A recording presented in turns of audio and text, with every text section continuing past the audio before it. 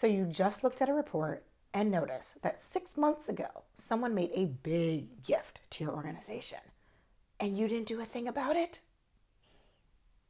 Dun dun dun. It's time for some organization. It's time for a prospect list.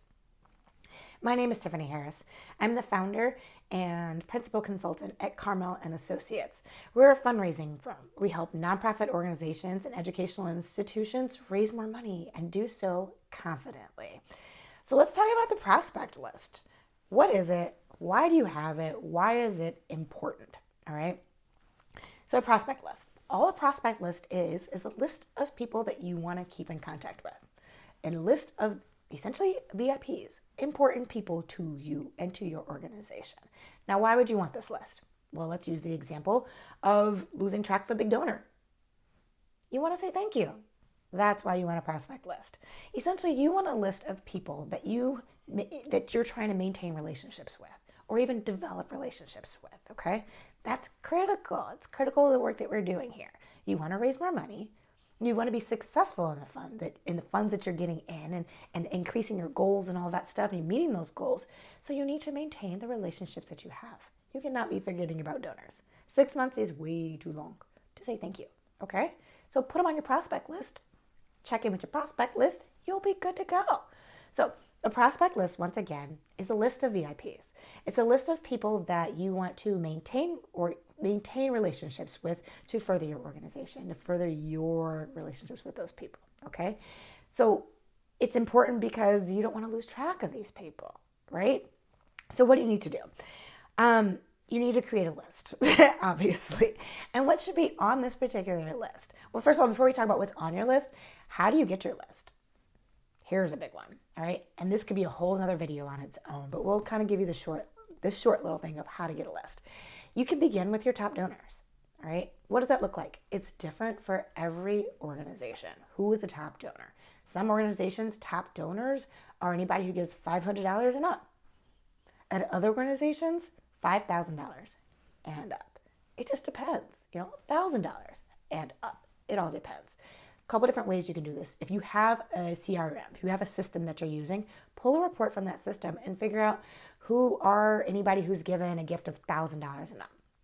If it looks like it's 3,000 people, congratulations, but also, okay, fine, maybe you need to narrow your scope a little bit, right?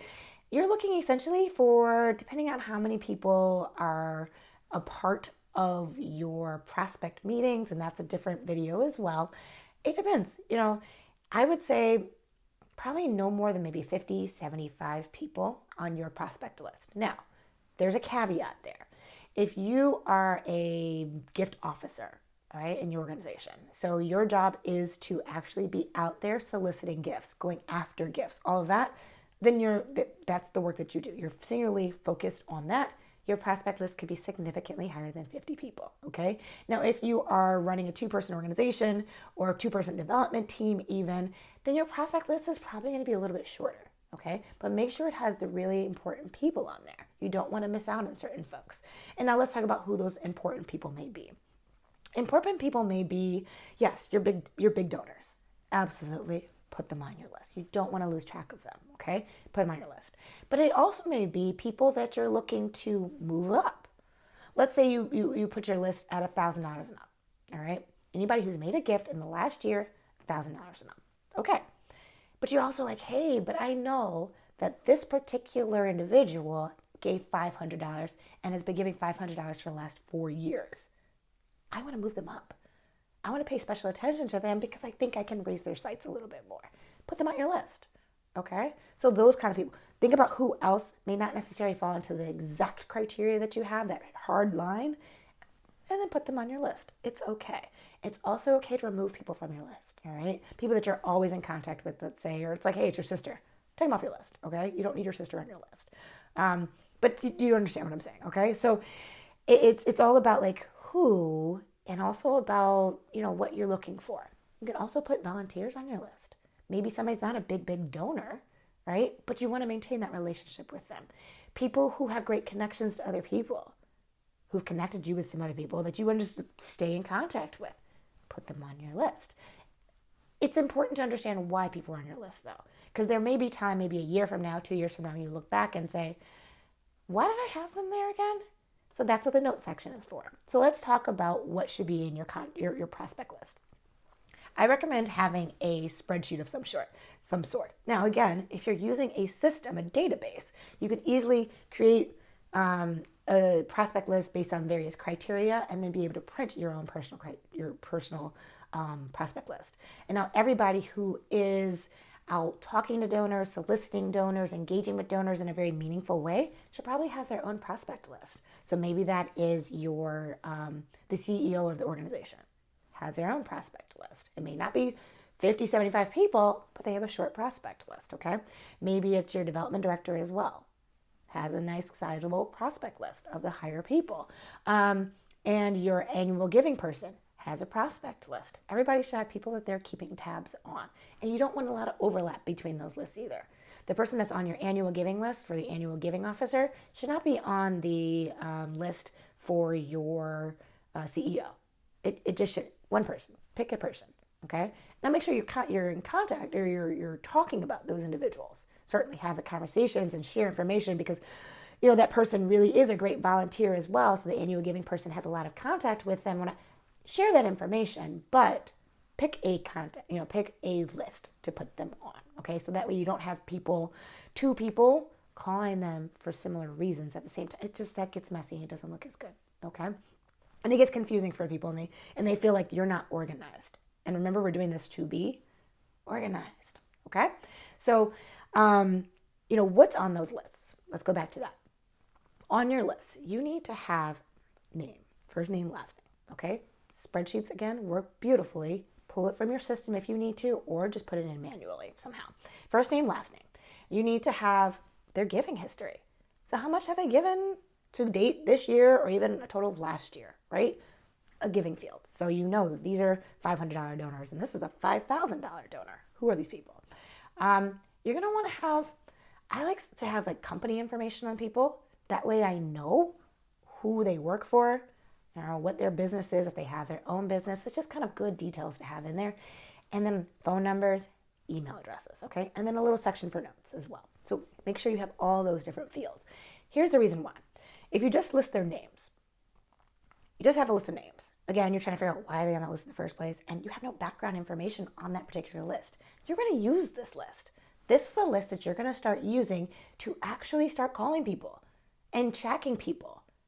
So if your list is too bare bones, you're going to have to now go into your system or find that other spreadsheet or track it somewhere of who are they, how much they give, what's their email address. You don't want to do that.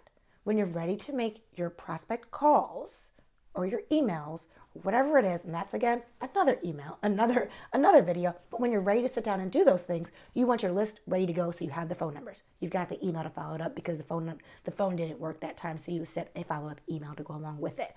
Do you understand? So that makes sense, right? You want to have all the information at hand. So include it all. It's a little extra step. I know, but it's worth it. All right. So make sure you have everybody that needs to be on that list, and make sure you have the details information for those people, and a section for notes so you can continually write little notes on them. Okay. All right. I already talked about having different lists for different people. Let's go back to that again, because this is really important. So again, you have your CEO of your organization, the ED, the executive director, let's say, and their list is about 10 people long. On their prospect list. Okay, fine. Again, it's different for every organization. But say your executive director's list is the 10,000 and up people. Okay, anybody who's made a gift this year, why not add in last year too? Because, for good measure. This year and last year of $10,000 and above. The reason why I actually say this year and last year is because let's say you're in the middle of the year right now. They haven't quite given their gift yet. But last year they gave $10,000. So if you only say this year, then you're missing out on somebody you want to keep in touch with, right? Okay. But at the same time, you also want to make sure you have this year's gift, because they just give you $10,000. Again, say thank you. Okay. So this year and last year, $10,000 and up. That goes to your executive director, anybody in that level. Okay. Maybe also the board, certain board members. It depends on the relationships you have with those people. The second list is your development director, who's leading the fundraising of your organization, whoever that may be. That's their list as well. Maybe that's the next level. Again, depends on who you are and how your organization is structured and the amount of gifts you're getting in. But perhaps that's the $3,000 and up, let's say. Okay? And then maybe your annual giving officer also has a list. And now that person, annual giving director, annual giving officer, however you want to look at them, now they have a list, and maybe theirs is the $500 and up list. Okay? But make sure your people are not overlapping, that everybody has their own separate lists. Okay? That's critical. It's really, really important. No overlapping. Don't do it. All right? So that's essentially what a prospect list is and how you can generate it. Now, actually generating it for your organization, looking at your top donors, figuring out the exact criteria, it's all about what you need and what you want. But after determining those things, make sure you keep your lists up to date. Make sure that when those gifts are coming in, you're tracking them, okay? Because then you want to hold your prospect meetings. And that's, again, a different video.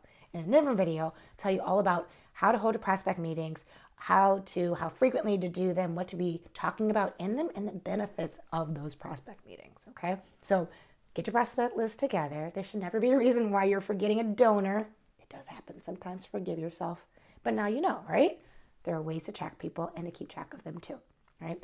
If you like this information and you want more great tips and more great videos, please do like this one and then you sign up for our email list. Okay? To do that, email me at tharris, Tiffany Harris, T Harris, Harris at carmelassociates.com. Okay? So like this video, give me a thumbs up, say, hoo, it's a good one. Leave some comments for us as well. Love to hear how you generate your prospect lists, what you have on them, things that you've been thinking about for them, or any questions that you may have too. All right? We'll see you around. Take care.